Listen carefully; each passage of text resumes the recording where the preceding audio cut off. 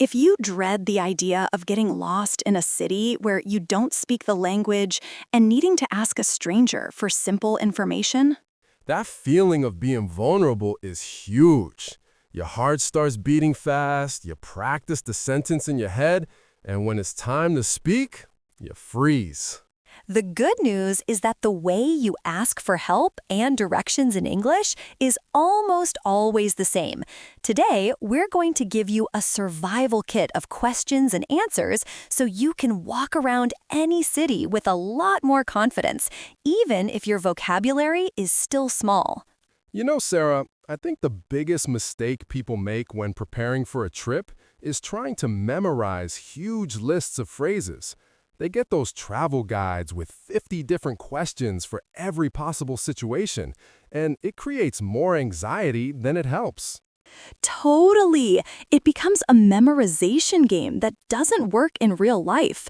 When you're nervous, you won't remember phrase number 37 on the list. You need something more intuitive, more practical. It's like having a giant ring of keys and not knowing which door each one opens. You just stand there, trying them one by one, and the moment passes. Exactly. That's the perfect analogy. So I want our listeners to think about the phrases we're going to teach today in a different way. Think of them like a keychain. You don't need 100 different keys. You need 3 or 4 master keys that open 90% of the doors. Instead of memorizing long lists, we're going to focus on the patterns that repeat. We're going to focus on these master keys. I love the keychain idea. It's so much more powerful and less intimidating. So, what's the first master key on our BeLingui keychain for travelers? The one that opens the most urgent door of all? The most urgent and, let's be honest, the most universal one. Let's go to our first loop, which focuses on the immediate need, the where key. Oh, I know this one well. Let's paint the picture. You're in a giant museum like the Louvre, or a crowded train station in Tokyo, or even a charming cafe in London. You've been walking for hours, you had an extra large coffee, and suddenly the most basic human need appears. You have to find the bathroom. It's a universal situation, no matter where you are in the world. The desperation feels the same in any language.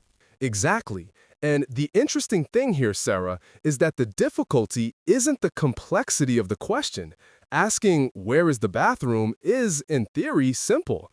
The real problem, the real pain, is the fear. It's the fear of looking silly, of using the wrong word, and especially the fear of not understanding the answer the person gives you. Yes, it's social anxiety. You think, what if I say toilet and it's a rude word here? What if the person starts talking super fast and I just stand there looking confused? That hesitation, that small pause to think of the perfect sentence, is what causes the whole problem. And the real cost of this is physical discomfort and lost time. You end up looking for signs, walking in circles, when you could solve the problem in 10 seconds, all because you don't have a ready-to-use key, a phrase that comes out automatically without thinking. You don't need the perfect sentence, you need a sentence that works. And this is where our first master key comes in to save the day. It's so simple, it's almost hard to believe. The structure is, excuse me, where is the? That's it. Excuse me, to be polite and get their attention, and where is the, to ask for what you need. Perfect. So in this situation, it would be, excuse me, where is the restroom? This is the most formal and universal option, and it works very well in the United States. Or you can say, excuse me, where is the bathroom? It's super common and everyone will understand. In the UK, you might hear toilet or loo more often, but if you use restroom or bathroom, they will understand you perfectly. The important thing is the structure. And think about the answer. This is the part that makes people scared, but let's make it simple. The answer will probably be very simple and come with a gesture. The person will say something like, it's over there, and they will point. Or, it's downstairs, and point to the stairs. Or, it's to the left, right. Exactly. You don't need to understand every preposition, every article the person used. If you hear left and the person points to the left, done. Problem solved. In a moment of need, your brain becomes great at focusing on key words. Nonverbal communication, the gesture of pointing, is your best friend here. So, the mini solution is use the key, excuse me, where is the, and focus on the gesture in the answer. Okay, that's a relief. We solved the most urgent problem with a single key. Now I won't have any more trouble in any museum in the world. But what if my need is a little more complex? Now that I know how to solve my immediate needs with the where key, what if I want to get to a specific place, like a famous tourist spot, a place that is definitely not just a short point of the finger away? Great transition, Sarah. That takes us directly to our second master key, the one that opens the doors to navigating the city. This is the loop focusing on directions, the how do I get to key. I love it. Let's use a concrete example. Imagine this. You just left your hotel in London. It's a beautiful day, you're excited, and you have one clear goal. Visit the London Eye. You have the name of the place, you've seen pictures, but you aren't completely sure if you're walking in the right direction. Your phone's GPS is a little confused by the tall buildings, and then you see a person who looks like a local, walking calmly, and you decide it's time to ask. And the pain here is different. The fear is no longer about a short answer you might not understand. It's the opposite. The pain here is the fear of getting a long and complicated answer. That kind of answer with 3 different street names, turn right at the second traffic light, after the bank with the Victorian front. Exactly. And you're just standing there, nodding and smiling, saying, okay, thank you. But inside, you're panicking because you only understood the first 3 words. Your brain just shuts down after the first street name you don't recognize. And the real cost of this is huge. It's the cost of walking in circles for half an hour. It's taking the bus or the subway in the wrong direction. It's wasting precious time on your trip, which is already short and expensive because of information you couldn't understand. The frustration of realizing you're more lost than before you asked is terrible. But luckily for us, there's a master key for this door too, and it's as elegant and efficient as the first one. The structure here is, excuse me, how can I get to? It's simple, polite, and gets straight to the point.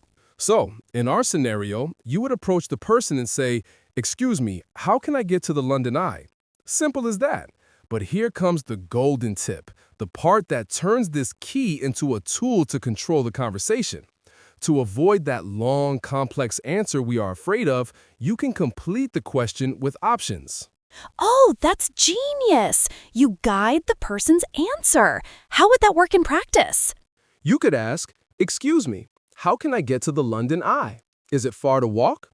With that simple addition, you are forcing the person to give you a yes or no answer first before anything else. They will say, no, it's not far, you can walk, and will probably give you a simple direction. Or you could ask, should I take the subway? Again, you're asking for a direct answer. They will tell you, yes, you should take the subway. The station is right there. This changes an open-ended request for directions into a multiple-choice question where you provide the options. That's brilliant, Alex. You take control of the complexity of the answer. Precisely. You are no longer at the mercy of a long speech of directions. You are actively simplifying the interaction to a level you are comfortable with. It's a proactive strategy, not a reactive one. Okay, this all makes a lot of sense. The master keys are amazing. Where is the for immediate needs, and how can I get to with options for directions? But Alex, let's be honest with our listeners. There's an elephant in the room. I can have the best question in the world, the most perfect key. But what if the person says something I still don't understand? What if they talk really, really fast with a very strong accent? isn't that the real problem, the root of all the fear? Sarah, you hit on the most important point. This is the counterpoint, the turning point of our conversation. Because until now, we focused on how to ask the question. But you're right, the central fear is about the answer. And that's why our discussion doesn't end with master keys. It ends with a master strategy, the big solution that ties it all together. A master strategy? I like the sound of that. What is it? The secret is not to understand 100% of the answer, but to be prepared to not understand. The mental shift is this: accept that you probably won't understand everything, and that's okay. The master strategy is to have a backup phrase, an emergency tool to control the flow of the conversation when you feel lost. Be prepared to not understand. That takes a huge weight off your shoulders. So, what is this backup phrase? The slow down button we can press? The most powerful phrase an English learner can learn for travel is, "Sorry, can you speak more slowly, please?" This phrase is magic. First, it's extremely polite.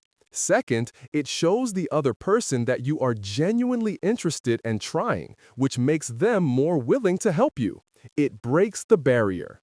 And it completely changes the dynamic. Instead of feeling incapable because you don't understand, you are actively managing the situation.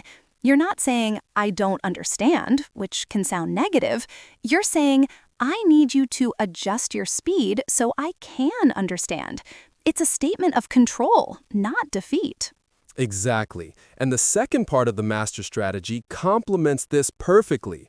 After you ask the person to speak more slowly, focus completely on key words and gestures. The person will repeat the information, but now more slowly and probably in a simpler way.